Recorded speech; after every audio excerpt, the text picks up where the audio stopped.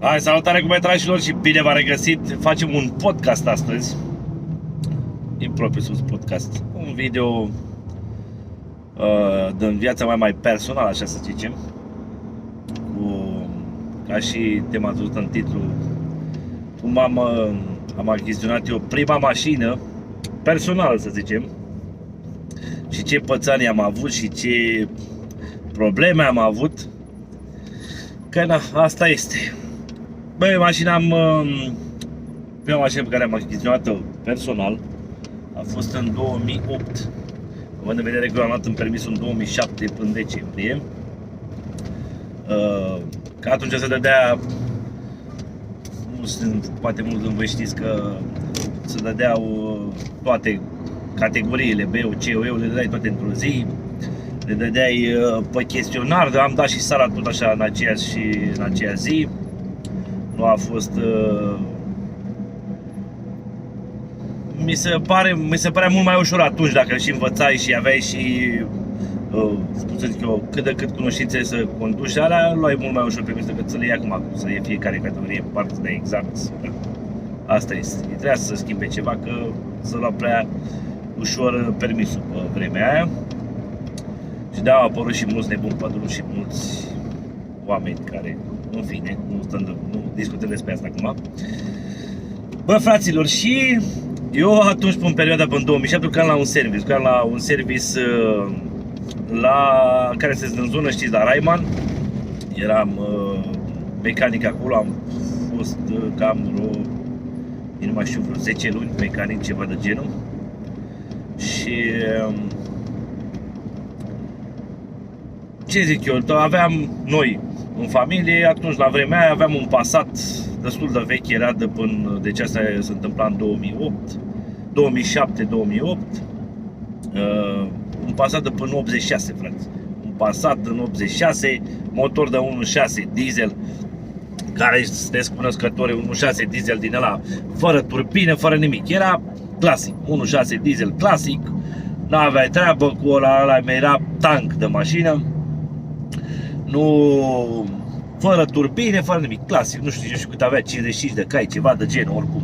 Dar oricum, certe că mașina aia, băgai motorina, acum făceai plinul și uitai să mai bagi motorină, frate, la aia. Deci era, nu sărai de 4,5 consum cu ea, adică n-aveai nicio treabă.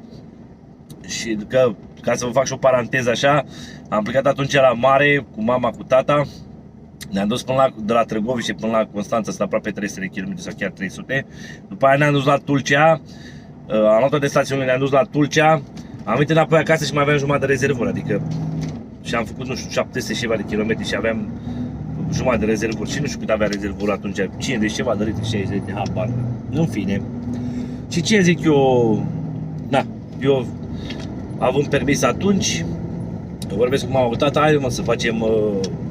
să vindem pasta, facem un împrumut în bancă și luăm două mașini, că nu mai puteam să mai ne descurcăm cu o singură mașină, eu eram tânăr, vreau și o mașină, să mă plimb și eu, să una alta.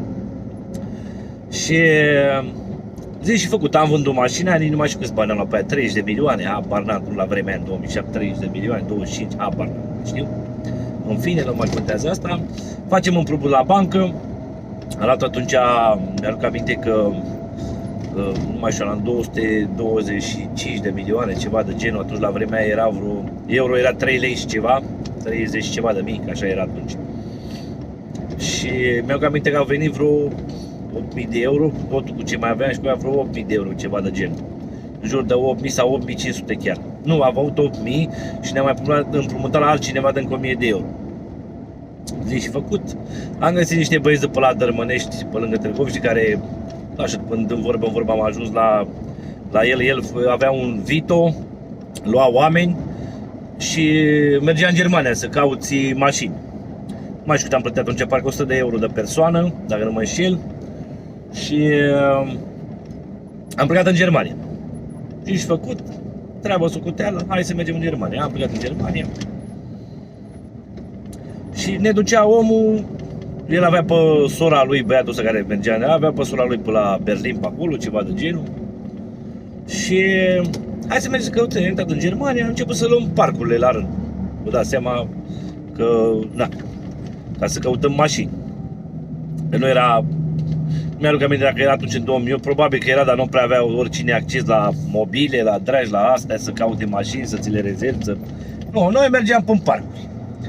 Și ne-am dus în parc, bă, n-am găsit nimic, ceva wow așa, știi?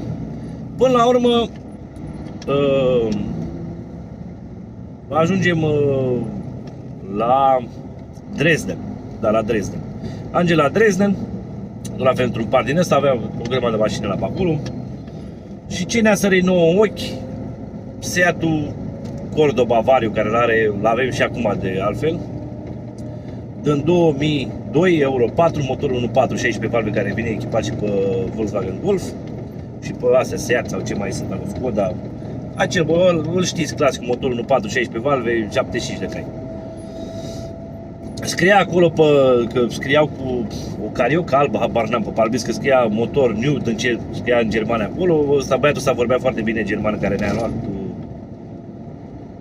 când ne-a dus în Germania. Și am vorbit, discutat cu ăla acolo. I-a spus că e motorul schimbat pentru că fostul proprietar nu i-a schimbat la timp culoarea de distribuție și a făcut dezastru pe acolo și i-a pus motor nou. Ar fi fost motor nou sau ar fi fost motor de... Nu cred că ar fi fost motor nou, probabil motor în dezmembră sau ceva de gen. Parnă. Cert e că ne-a plăcut mașina. Cu Seat Cordoba Vario, de la Prec. Nu e o mașină foarte frumoasă ca și aspect. Nu e o mașină super, wow, mamă ce mașină frumoasă e. Ăla bătrânul, bă, că nu dăm pacă, ce avea 4.000 pe ea. Atunci, având în vedere că în 2008 un Golf 4, 1.9 TDI, nu știu, 2002, 2003, ceva de genul, la momentul de atunci, că tot să vorbea că mamă, în Germania le e mai ieftine, la-i pe dracu mai ieftine, că cel mai ieftin Golf 4, ce văzusem acolo, era sub 6.000 de euro, nu găseai, la momentul ăla atunci. Și ce-i că da, hai mă, iau pe asta, ia la bătrânul, bă, hai că nu o luăm, că văzusem și un Golf 3 break, hai că să o luăm pe asta. Și aia veche de până 93, 94, ceva de genul. Băi, zi, lasă trecu, zi, nu luăm toate toropele de mașini, am venit să luăm mașini bune. Mașini să le luăm acum, să ne deplasăm cu ele, să nu stăm să băgăm bani în ele. Până la urmă, acolo așa făceai, până nu veneai, plăteai, mi se pare că avans, dacă nu mă înșel, la dealerul respectiv, la parcul respectiv. Și până nu veneai cu numerele provizorii, de alea roșii, galbene, de la să le ia, nu-ți dădea mașina. Ori o luai pe platformă. I-am dat, nu, mi se pare că am achitat mașina, nu, am plătit toți banii pe ea și ne-a dat actele la mașină, ăsta, talonul, cartea, cum e la el, mai știu cum se zice, tuful sau nu știu, nu mai știu cum le zice la ea, în fine. Certe că ne-a dat actele, ca să putem să scoatem și numerele la ea. I-am plătit omului 4.000 de euro, că n-a vrut să, se pare că a cerut 4.200 și a lăsat-o la 4.000, nu mai aduc aminte oricum. Certe că am plătit, am luat actele la mașină și hai să plecăm mai departe cu restul grupului. Na, eram vreo... Deci ăla e de 8+1, Vitola și era șoferul și încă o persoană. Sau 7 eram atunci, parcă nu era chiar full la capacitate, în fine. Și de acolo plecăm într-un orășel, nu știu cât dracu sunt, vreo 80 de km, 70, dacă îmi greșesc, să spuneți voi în comentarii acolo dacă știți pe acolo zonele. De la Dresden ne ducem la Zwickau, așa se numea, dacă pronunț greșit, îmi cer scuze, asta e, eu vă pronunț cum se citește, Zwickau, așa se numea acolo. Și ne ducem într-un parc, între niște blocuri, parcul destul de micuț, adică nu era super mare parcul. Aveam, nu știu, vreo 6 mașini, era chiar un Passat, mi-aduc aminte, un Passat din ăsta, Gogoșar, sau cum dracu zice, de 2002-2003, modificat, cu suspensie pneumatic, era lăsată de perne, în fine, ori probabil că avea probleme cu pernele și s-a lăsat, în fine. Bă, fraților, și între toate mașinile de acolo, că era, răspânde pe acolo, chiar în fața unde ei avea și un atelier, probabil să le mai cucărească, să le mai pipilească, să le șteargă, să le facă, să le dreagă. Era așa platforma acolo de beton, v-am zis că restul era iarbă și era și de stea mașinile, acolo pe platforma de beton, mare Audi A4, A4 B5. roșu, bă, da, un roșu frumos pe ea, băi, frate. Băi, nene, bă, da, frumos de tot, să vedea așa cum bătea și lumina în el, mamă, super, super mișto. Băi, ce zic eu, bă, eram cu ea de mașina, nu era nimeni acolo, la parcul respectiv. Era plecat, nu știu unde, și am dat târcoale pe lângă ea, mamă, interior de piele, xenoane, pachet RS4 Stage 2, sau nu știu cum dracu, era pe categorii la B5-ul ăla. Erau 4 tipuri de pachete RS4, ce bine eu așa aminte. Nu mai știu cum dracu erau clasificate, oricum erau 4 tipuri de pachete, era din ce în ce mai agresiv cu mine. Frumoasă o mașină, super, super frumoasă. Pachet spor pe ea. Jante mi se pare că nu avea, mi se pare că e posibil să fie avut jante de la Transbagabondul. Avea jante pe 15 capace. Și nu scria nimic, nici preț, nimic nu scria pe mașina, absolut nimic, nici preț, nici ce motorizare, nimic. Îți dai seama ce să vezi din volan în 3 spițe de RS, da. Dublu climat sau nu climatronic, avea computer de bord, frumos rău auto. Și avea un număr de telefon lăsat pe ușa acolo, ușa garajului sau ușa ce avea el acolo. Pentru asta să contacteze, dacă cumva nu era acolo, să contacteze, să vină să... Ce vorbeam eu cu băiatul ăla, zic, păi dacă cere asta 4.000 de euro pe ea, acum eu dau bani în jos din la discuții. Deci a fost o dragoste din aia de mașină, o dragoste de nici nu mă interesa ce... Ca să vă spun, că vă povestesc încă să vă dați seama. Sună pe respectivul, era un polonez. Probabil că bișnițar, probabil că nu știu să vă spun exact. Mașina incerte că avea vreo 200 ceva de mii, 240.000, 250.000 de kilometri. Era de 97 mașina, anul fabricației 97, deci avea undeva la 10 ani mașina. Atunci când am luat-o. Și 10-11 ani, mai exact. Și a venit proprietarul parcului acolo respectiv. L-a întrebat, mi se pare că a întrebat atunci la telefon cât costă și a zis că 4.000 de euro. Zic, ba, mai bine rău. Zic, hai mă, că poate mai negociem cu el. Ca român, e român, jet pe jet. Hai mă, că poate mai trage și noi 100 de euro acolo, 200 de euro, n-ai, de cu alea, trec. Bă, fraților, și vine ăla acolo, la parc, ne dă cheia, descuiem mașina, cheile centralizate pe vacuum, adică, bă, tati, ca la Opel, sau cum era atunci la vremea aia, tronc, asta era, se deschidea, era pe telecomandă, avea pe cheie telecomandă, cheile deschidere pe vacuum, dată, ai ce să mai stăm de vorbă noi, era alt rang. Și în ce ne uităm în ea, o pornim, mergea motorul frumos, am benzină, gata, tată. Frumos, cu de la mare aici de CD-uri, cu alea. Întreb pe ăla, zic, boss, nu dai și mie un castofon, mă lași pe ăla, că era cu casetă, să vedea caseta acolo și ce, nu, vină încoace. Neamțul ăsta, polonez, vorbea neamț, ce dracu era. Vină încoace, îmi deschide portbagajul și mi-a dat, uite, magazia de CD-uri. Mamă, ce bă, eram înnebunit, ești nebun, mamă, magazie de CD-uri, ești nebun. Și eu mergeam cu Passat în 86, fraților. Passat în 86 și mi-a arătat la magazie de CD-uri, ești nebun la cap, fai de mine, gata.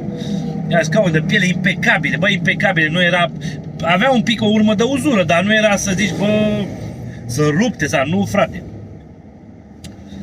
Văd așa un bănuț așa, un sticker, bănuț așa pe ușă. Un de handicapați, de handicap, un sticker de ăla cu un număr de telefon. N-am băgat de seamă, nu mai interesant. Cutia automată pe ea. Cutia automată pe ea, ce vorbești? Nu mai mergem niciodată cu automată decât așa. Mai te miri cum am prins la cineva să merg cu o mașină automată, dar în rest nu mergese, mașină, cutia automată. Șmecherie de mașină. Ne-a rugat de la să ne lase din bani, n-a vrut frățioare, nici măcar să lase un euro. Mă, un euro! În fine, asta i-am dat banii pe ea, tot la fel am procedat ca și cel de data trecută, 4.000 de cucoșei. Ne-a dat actele la mașină, când veniți cu numerele, pac, vă dau mașină. Deși făcut. Vă dați seama, am plecat de acolo. Un nene, era bișnițar atunci pe caminul la Ploiești. Bișnițar, o mică parcă îl chema, nu știu dacă mai trăiește de Dumnezeu sănătate. Bișnițar, aducea mașini de afară omul. Și ce zic eu, da, eu sunt și un film mai succes, zic, băi, Nearomică, ia zi vrei și mie, cât ce mașini, că habar n-aveam, deci cumpărasem, dăusem banul, 4.000 de cupășii, dăusem banii pe mașină și eu habar n-aveam ce motor are. Deci nu aveam, știam că e benzină, că automat știi sunetul de benzină și la de diesel, dar nu știam ce motor are, habar n-aveam. Îi dau lui Nearomică cartuful ăla, sau cum dracu îi zice, se uite pe el și face, du-te bă de aici. Zic, ce dracu a făcut mâncați aici? Zic, ce-i pățit pe Nearomică? Că tu ai văzut bă ce motor are pe aia? Ce motor are bre pe aia? O să un pic cu... Păi are motor de 1.8 turbo, 150 de cai. Uite, așa stau pe spate, mamă, eu la vârsta aia, dai seama, aveam în 2008. În 2008 aveam 19 ani, fraților, vă dați seama, în 2008 aveam 19 ani. La 19 ani, atunci în vremea aia, că na, Golf 4 avea, era alea care era cu TDI roșu, 30 laci, avea 130 de cai.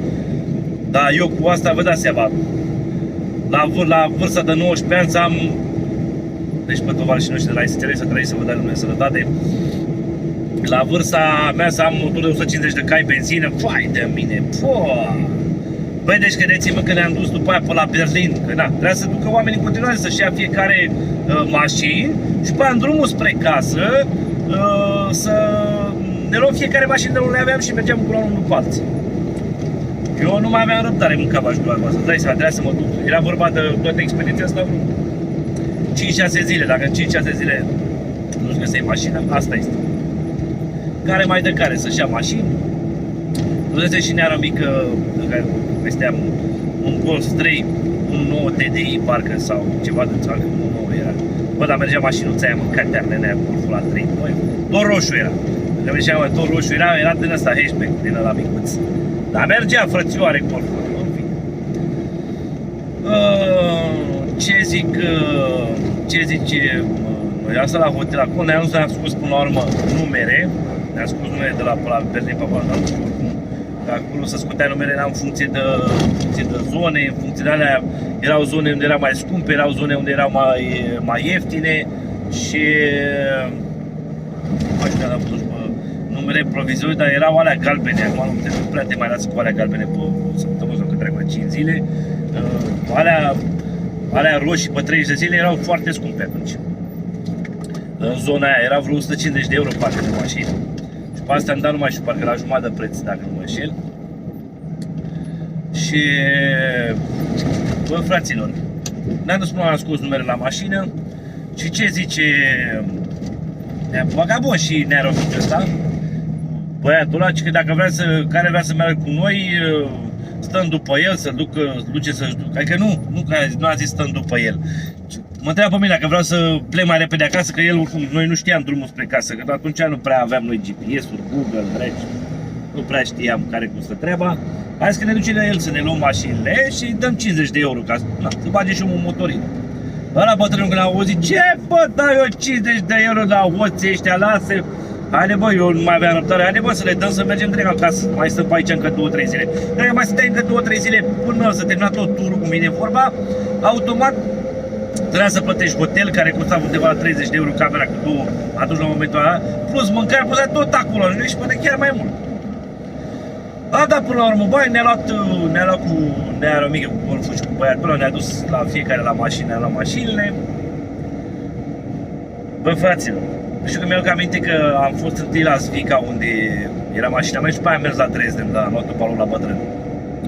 Și ne-am oprit să băgăm benzină, am băgat benzină acolo, ne-am oprit de, se pare că și până la un Lidl, sau nu știu ce dracu era, un supermarket oricum. Am luat și noi pentru casă, atunci chiar era ieftină și cafeaua și toate alea erau ieftine. Atunci am dat 50 de euro, am luat un portbagaj de dulciuri, de cafele, de ce am mai luat noi, whisky, de ce am mai luat noi de acolo. Ne-am dus, fraților, la mașina, am zis, super, băi, eram încântat, muream. Bă, muream, deci nu mai puteam, mi-era un drag de mașinuța aia. Ce vorbești, mă, că i-am dat drumul la Xenoane și te dai drumul la ștergă să te apă parbriz, pac, te ieșea spălătoarele de fară. Bă, o nebunie, ești nebun la cap. Mi-aduc aminte, și să mai spun ceva, i-a zis ăla, dă bă frate și mie o set de jante de aluminiu, ce mașină frumoasă alea. Și mi-a zis că să-i dau 300 de euro pe setul de jante cu cauciucuri pe ele. Băi, dar și-am fost franc, că mi-am luat că avea niște jante foarte, foarte mișto. Care erau bani mult mai mulți la lui dacă le-ai fi luat. Se pare că era pe 17 alea, dacă nu mă înșel, alea care vreau să le cumpăr, dar foarte frumoase jantele. Și am zis, na, hai bă, lasă că și avem bani de producat, să nu mai cheltuim, să avem de benzină până acasă. Zic, hai, lasă că nu le mai cumpărăm, o lua altă dată. Și cel mai prost e când faci cea, că le luăm altă dată, că altă dată nu le mai cumperi. Și dacă aveam discuri pe față ventilate, de-alea perforate, de ventilate perforate, și aveam pe față discuri la Audi. Bă, fraților, și dăm vede loșparul la bătrân, îi punem numele pe ea, pac, și îi dăm să meargă spre casă. Automat asta după oamenii ăștia că ei știau drumul, de unde trebuie să-ți iei vinită la ce aia, vinitele respective. Mi se pare că am venit pe Cehia, dacă nu mă înșel, da, pe Cehia am venit atunci înapoi acasă. Mi se pare că și pe acolo am venit și din Germania și ne-am întors. Băi, fugea ăla bătrânul, bă, frățiorul meu, 1.416 valvă la eu. I-am dat și atunci, mi se pare că i-am dat 200 în Germania cel mai mult. Mi-a fost frică, na. Asta era cu. Mi-a fost frică, toate că era, cum să zic eu, adrenalina la maxim, dar mi-a fost frică să dau mai tare. Și fugea și la bătrânul cu strechia aia de Seat. Bă, dar nu mergea și la bătrânul 150, 140, 150, 160. Mergea să te trec. Și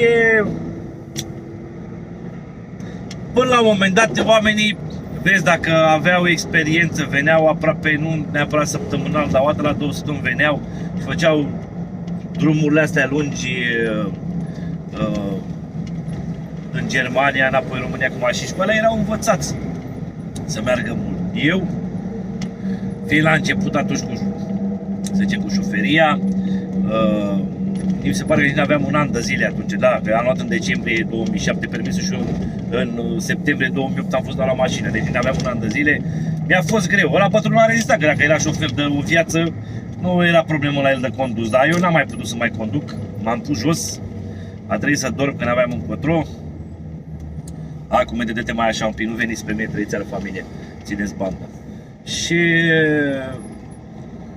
mi-a fost greu și automat ne-am pierdut de respectivul Nero mică.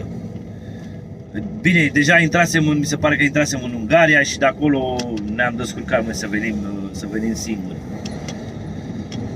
Ne-am băgat la somn atunci vreo 2, la bătrânul nu prea a dormit, am dormit sau 3-4 ore, nu mai mi-aduc aminte exact cât.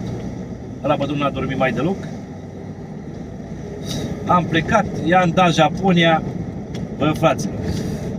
Și mi-aduc aminte și acum că noi când am plecat în Germania, noi n-am știut, bă, că trebuie să activăm roaming-ul, frate, și nu știa nimic, bă, nene, bă, dar nimic, nu știa mama de noi, că plecase, nu vedea să ne sune. Până la urmă, i-a trecut ei până cap, că noi n-aveam semnal, n-aveam nimic la... Uite, bă, ce poate soarele ăsta. N-aveam semnal, n-aveam nimic la telefoane. Și până la urmă, că m-a apucat să sune la ăștia la Vodafone, că era la Vodafone atunci, și să sune la ea la Vodafone, să întrebe ce de nu pot să sune. Și a zis că, păi unde sunt plecați în afară. Păi nu au activat roaming-ul și a activat roaming-ul și până așa a revenit semnal. Și am păcălit-o, mama a luat 2 joachine de mașini, ne-a chinuit cu ele pe drum și de altfel nu era așa. Am luat 2 mașini super bune, ca să aflu după un timp că mașina pe care o lăsasem eu, Audi la 4, fusese eu la un tip probleme că aici la cutiera în stânga, la față de ușă în stânga unde stai cu cotul, m-ar veni vorba. Se făcuse, era, uite bă ce bate soarele ăsta, bă. Se făcuse o gaură, probabil cum s-a urcat el acolo, era tot așa îmbrăcat în piele și se făcuse o gaură în plasticul ăla de susținere de alea. Și ca să mă uit mai bine, eu bate soarele ăsta și eu am aici, exact spart unde e folia de sticlă, chiar în dreptul la cameră. Și uitau să se vede așa, nu? Ca să mă uit mai bine, făcând curățenie pe mașină, să văd că se poate muta pedala de accelerație din dreapta în stânga. Avea, practic, venea ea făcută acolo, scoteai o siguranță, trăgeai pedala de la accelerația afară și puteai să bagi în stânga frânei, că dacă era automat, n-avea un îmbreiaj automat. Și mașina fusese la o persoană probabil pasionată de mașini, era foarte bine întreținută mașina.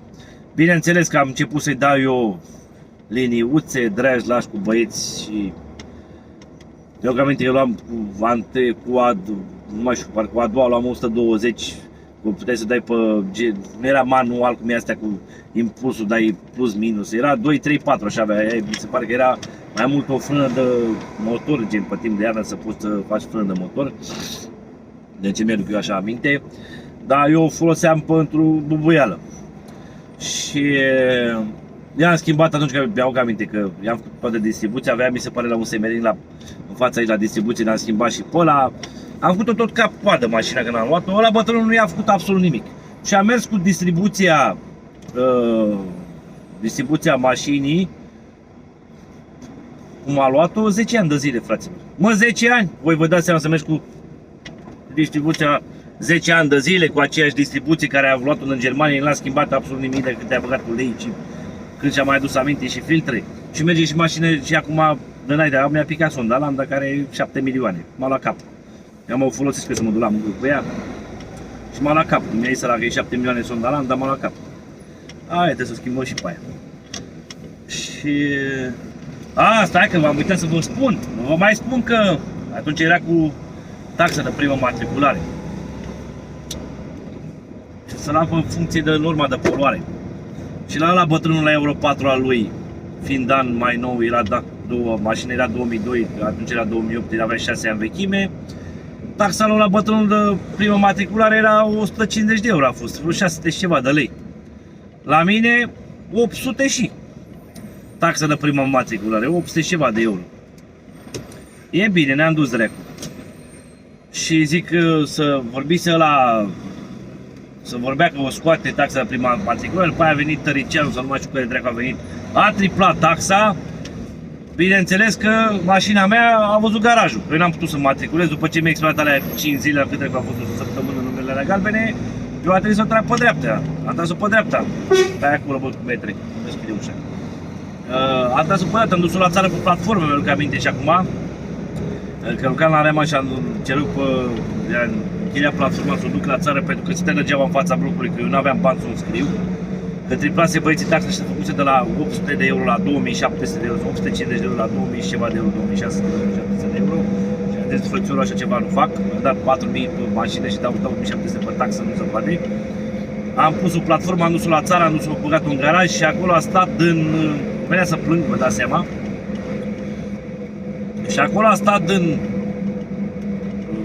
la începutul octombrie sau la sfârșitul septembrie, începutul octombrie, de când mi expirase numele. Nu, mint, lăsem provizorii și mi se pare că era decât o lună de zile provizorile, nu erau 3 luni sau după 3 luni lăsesem, nu mai știu exact, oricum certe că mașina a stat în garaj undeva la vreo 4-5 luni de zile a stat în garaj degeaba pentru că nu am putut să o înscriu. Nu am avut bani, adică să scumpise, să triplase taxa și n-am putut să o înscriu. N-aveam bugetul necesar să dădea bani pe taxă de primă matriculare. Eu că aminte, mă duceam la țară, mă mai porneam, venea să plâng, mă mai scuteam afară, mă mai bibileam, mă mai ștergeam de praf, de alea, venea să plâng. Dar asta a fost ce s-a să fac. Până la urmă au redus iar taxa, gen cum a fost prima dată, a scos triplarea aia de taxă și a rămas normal.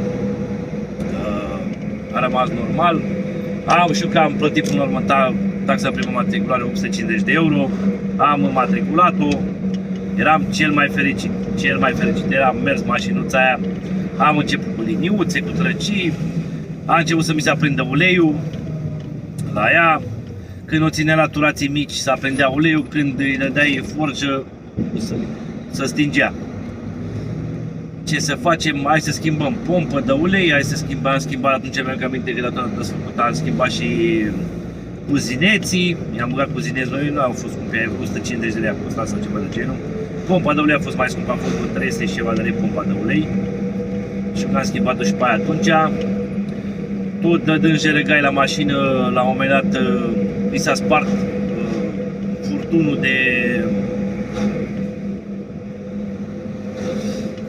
de la de duce de la filtrul de aer la turbină.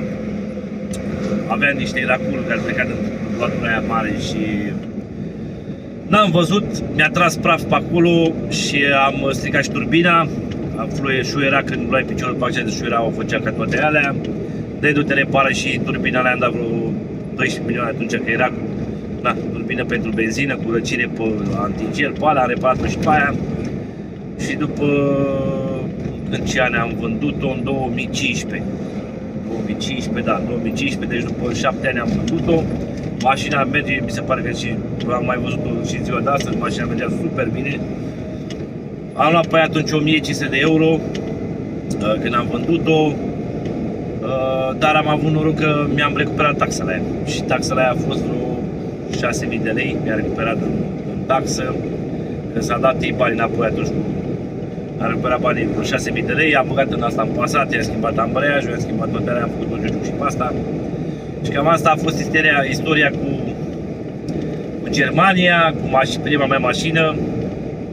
Bineînțeles că la un moment dat mașina au băgat băieții taxă, asta cu asigurările, cine n-avea până în 30 de ani să dubla, să tripla asigurarea. Mă costa asigurarea atunci pe numele meu vreo 600 sau 700 de lei la momentul ăla.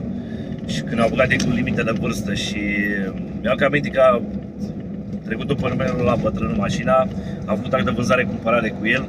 Am plătit și asigurarea pe un an de zile și toate taxele la RAR și la ce mai era acolo de identificare sau ce se făcea atunci. Am plătit toate taxele la RAR, cu asigurarea pe un an de zile, cu ce taxe se mai plătea pe la poliție, pe la primărie și mi-a costat mai puțin decât era asigurarea pe un an de zile pe numele meu. Și am lăsat-o pe numele lor la bătrânul mașina. Și cam asta a fost experiența. Am și lovit o mașina aia, ale tinereței Valorii. M-am dus pe frână târâș, eram eu vitezomanăgică și ploase afară și s-a pus cineva frână în fața acolo. Eu am pus și o frână, m-am dus târâș până în el. Abia am găsit far să cumpăr la ea, că era o ediție ciudată, așa nu prea găseai pe oriunde farul la ea, nu știu, erau foarte greu găseai piese la ea. Piese, atunci mi-am aminte că căutasem după codul ei de producător, că era originală, para costa vreo 16 milioane sau 17 milioane, fără grile, fără nimic, pe ea neechipată. Ba mulți, am pus de asta normală, deja se schimbase tot aspectul, dar astea sunt lucrurile. Bun, dacă v-a plăcut, dați și voi un like dacă vă place, dacă nu vă place, nu dați niciun like. Nu e nicio problemă. De asta, dacă aveți ceva întrebări, puteți să puneți în secțiunea acolo și vă răspund. Dacă aveți vreo idee sau vreo ceva, un subiect legat despre ce vreți să vorbim în podcastul astea, aș vrea să facem câteva așa, să mai stăm de vorbă una alta, să discutăm de mici subiecte. Dacă aveți vreun subiect interesant, puteți să-l scrieți acolo și puteți să-l discutăm când vreți voi. O să mă documentez și o să-mi dau și cu părerea.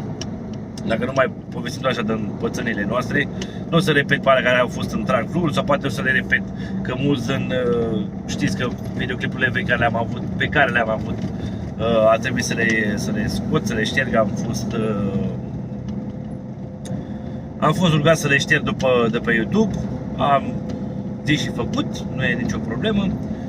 Și puteți să mai repetăm dacă aveți povestioarele cu cimitire, cu alea care nu știți de voi, așa că v-aș putea să scrieți în comentarii acolo, să lăsați una alta, mai discutăm, mai vorbim, orice subiect putem să-l dezbatem, nu e nicio problemă. Vă pup, grața ta, vă mulțumesc frumos de vizualizare, n-am zis bine. Vă mulțumesc frumos că ați fost alături de mine aici și ne vedem data viitoare. La revedere și că mai am un pic să ajung la sondă, să încarc și un gabarit bubuială, bam bam bam bam bam, și să mergem mai departe. Azi e vineri și cel mai probabil mergem încărcând, descărcăm și mergem acasă. V-am pupat!